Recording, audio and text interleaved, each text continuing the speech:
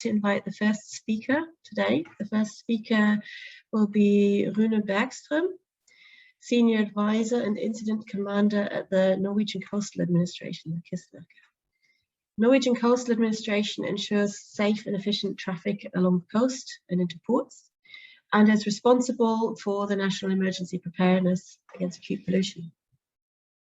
And also maintains the government's responsibility for 24/7 preparedness against acute pollution, both at sea and on the shoreline.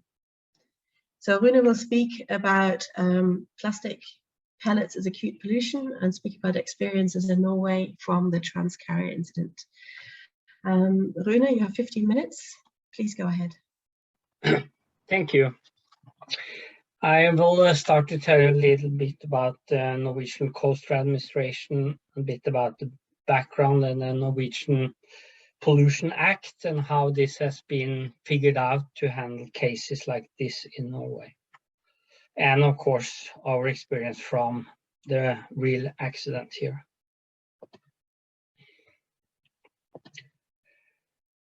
But the Norwegian Coastal Administration, we actually have the responsibility for all navigation. It means lighthouses, all navigational aids, a lot of electronics. We even have our own satellite program to monitor ships' movements in the sea. And we are now actually just transferred to a new ministry. And so we are under the Ministry of Trade, Industry and Fisheries in Norway.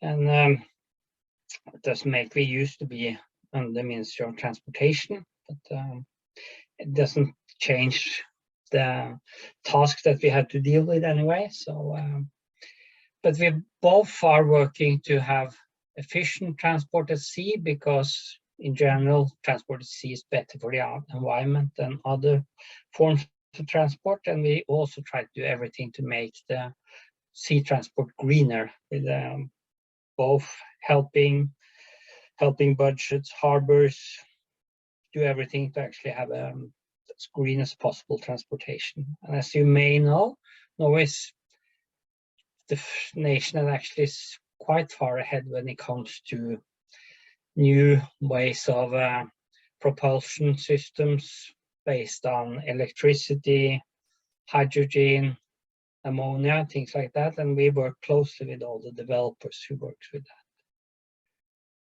And our vision is to have the safest and the cleanest seas in the world. So that is the goal that everybody is aiming for in Norwegian Coastal Administration. So that I work within the protection of the environment and environmental response, which is one of three main tasks that the Norwegian Coastal Administration deals with. So we have to prevent and limit environmental damage caused by acute pollution. So we have a 24-hour service. There's always somebody on guard who can start any sort of action if something happens. We also have a national emergency towing preparedness, especially in the north, because there are pretty large transportations of oil, gas, etc. comes from Russia and goes very close to the Norwegian coast in Finnmark and Troms, the northern parts of Norway. We also handle shipwreck that can cause damage or to the environment. That's mainly concerned with oil in them, but we also have some other shipwrecks that we are working with. And because of World War II, we have more than 2,000 shipwrecks in Norwegian waters. And we also follow up all cases when there is a polluter. So we also are the one who uses the law that assure that people are doing what they have to do according to the law. And we work a lot internationally on cooperation with all, because if there's a big oil spill or a big accident at sea, there's no nation in the world that can handle that alone. So we need actually help from other nations, resources, ships, equipment, people. And we have a couple of times we have gotten a lot of help from especially something called the Copenhagen Agreement. That is Norway and Sweden that works together. And when there is accident, we have gotten help, and we have also provided help to these nations. So when it comes to acute pollution, we are responsible for the government's preparedness. So this is sort of the top layer of preparedness when it comes to acute pollution. Of course, the polluter himself has to take action. The municipalities has to do things, etc. So we also have all the contingencies plans, because when there is an accident, the Navy, the Coast Guard, private resources, everybody plays together in Norway, and we have a very strong law, so we can pull on all these resources, both governmental and private resources, if we need them. So I said there are 3 levels. So the private preparedness is quite a lot of resources when it comes to the oil industry in the North Sea. They actually have a lot of oil recovery ships, and they have trained people on shoreline cleanups, things like that. But that is in the part of Norway that would be influenced by an accident. So they don't cover the whole Norway, but these resources are resources we can use. And of course, all private industry has their own preparedness. So there is quite a lot of private. And the municipalities, as we see in this case, they are also very important.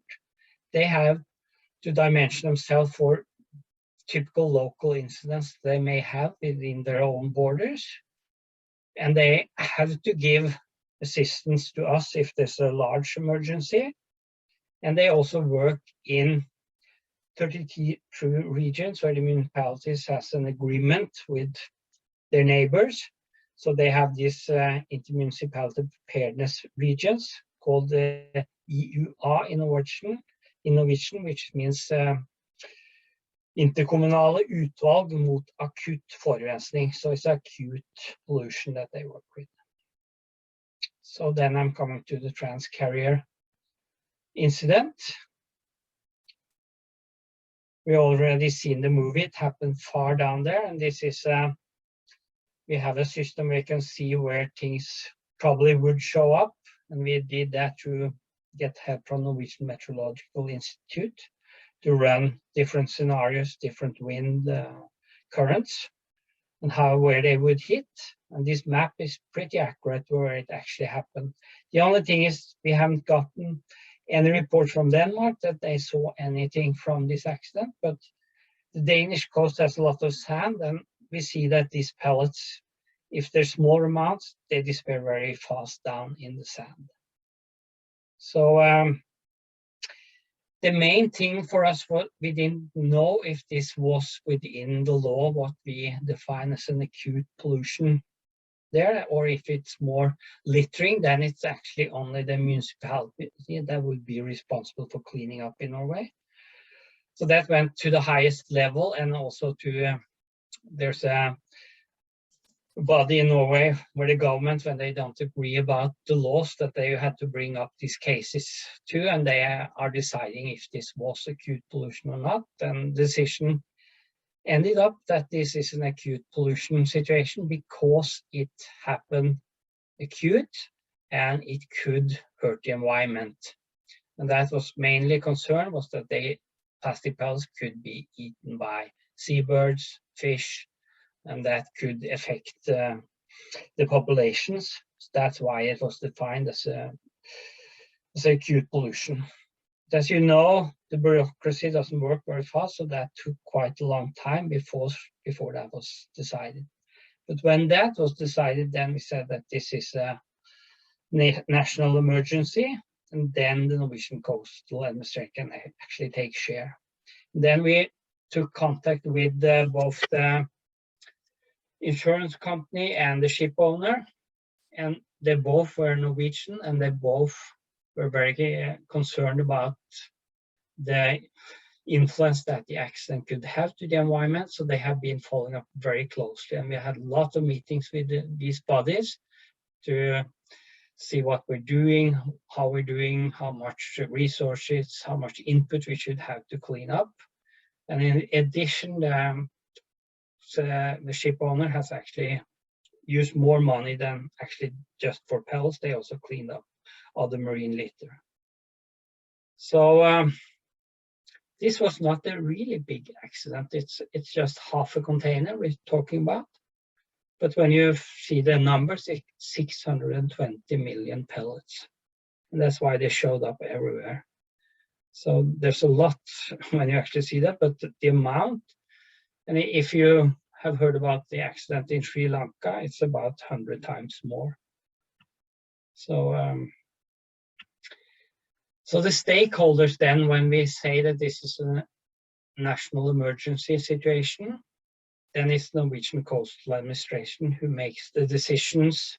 We make the priorities. Where should we clean up? How much should we clean up?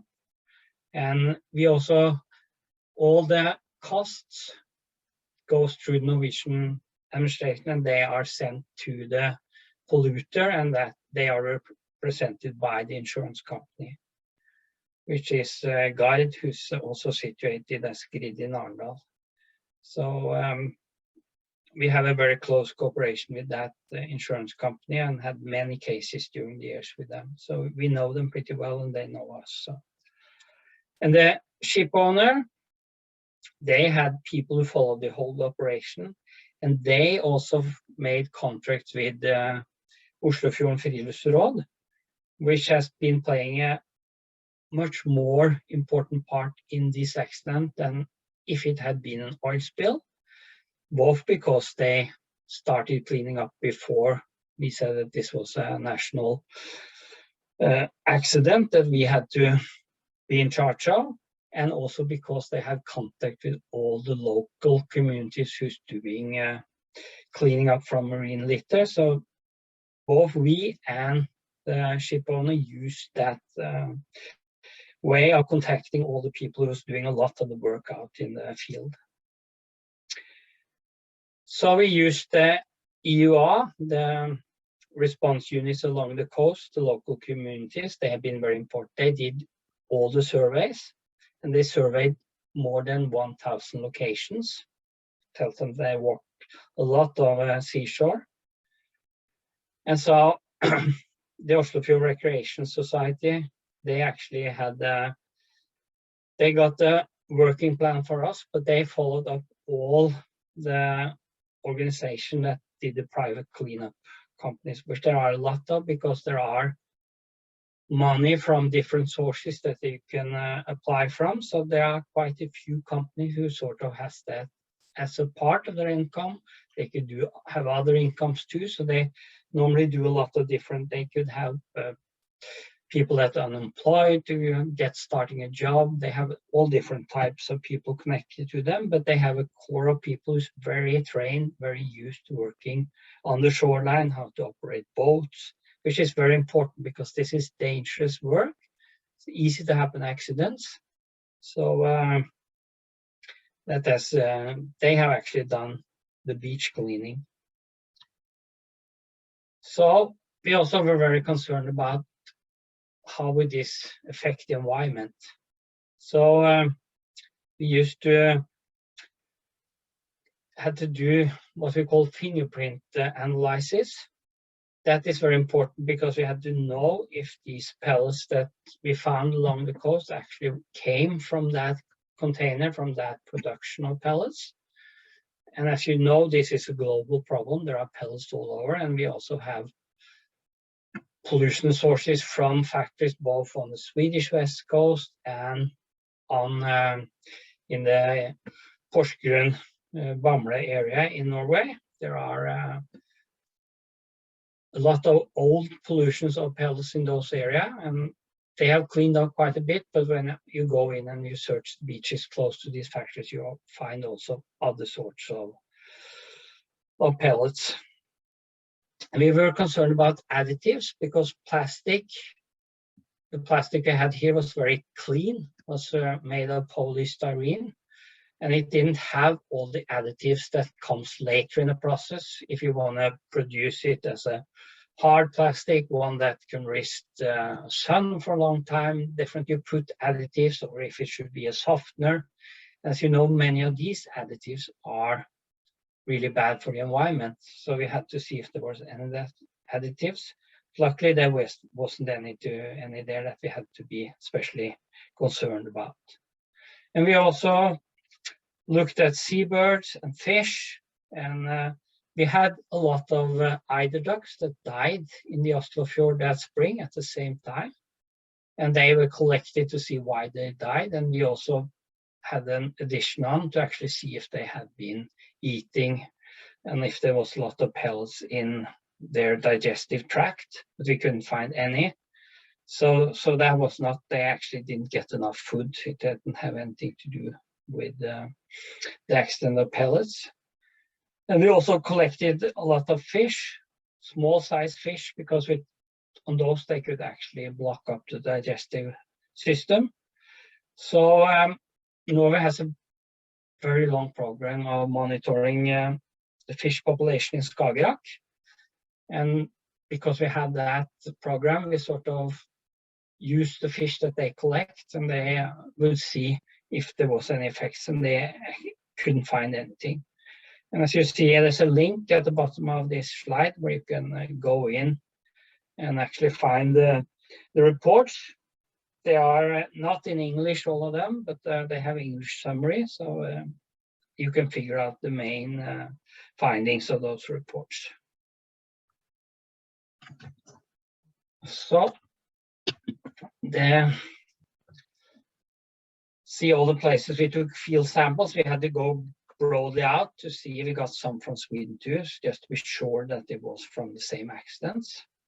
So, and you see those two red ones, they were not from this source, it was not the same ones. So we found other pellets, but you do that all over the world.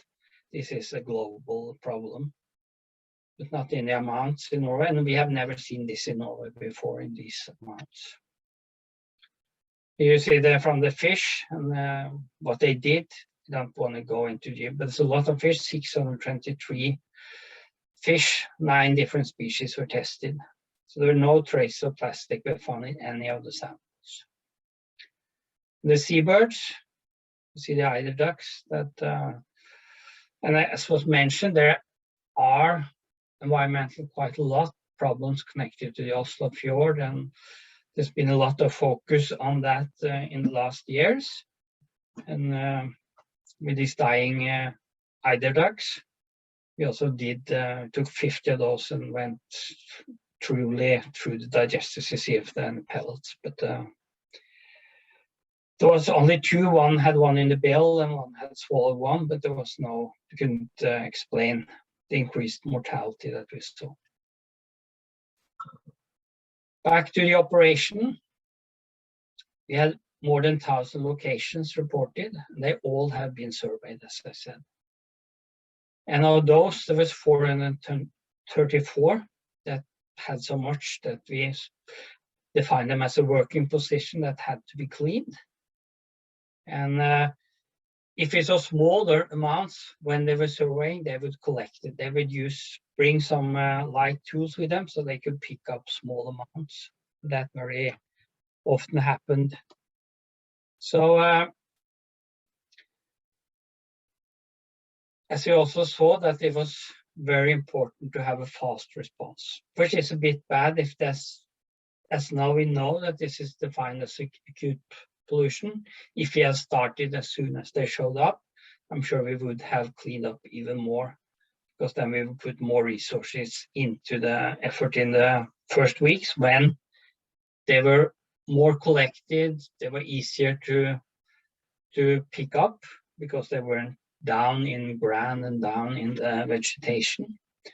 So we saw that the tide, heavy rain, storms remobilized the pellets. These were places that we had found a lot of pellets, and we came back after a storm or very heavy rain. A lot of pellets had disappeared. So this is, we also knew that we could never collect all of it. So we tried to set a limit for how much we should clean. And when we made these decisions, we knew what sort of additives there was in the plastic. And it has been a lesson learned for us, actually, that plastic is very different. Some plastic are much worse for the environment than other types of plastic. And I think that hasn't been addressed very much when it comes to cleaning up litter. And there are the additives that are actually worse for the environment. So, Rune, yeah. I'm just keeping an eye on time. Could you maybe begin to wind out maybe in the next minute or so? Yeah, that would be great. Thank you. So we said that the efforts you should limit. If a man worked the whole day, 8-hour day, then you should actually say that you should collect more than half a liter per day. If you didn't find enough, then you had to move on to the next site. So yeah. Oh, this is the last one. Fast response, very important. Collect the large amounts first before they remobilize. You have to prioritize those that's most important for the environment, where you know there's a lot of fish feeding or a lot of seabirds. You have to test out different methods the whole time, and even if a method didn't work very well on a sand beach that's dry in summer, it may work very well on a wet, heavy sand in the wintertime. You have to see what sort of plastic you're dealing with. You have to evaluate the effects it might have on the environment. And we need these local teams that we have used. They are very important to use in the future too. So we can also use for oil spill response. So that we would try to get them into a contract with them and train them. And we also see that the normal approach that the Norwegian Coastal Administration do when there's a big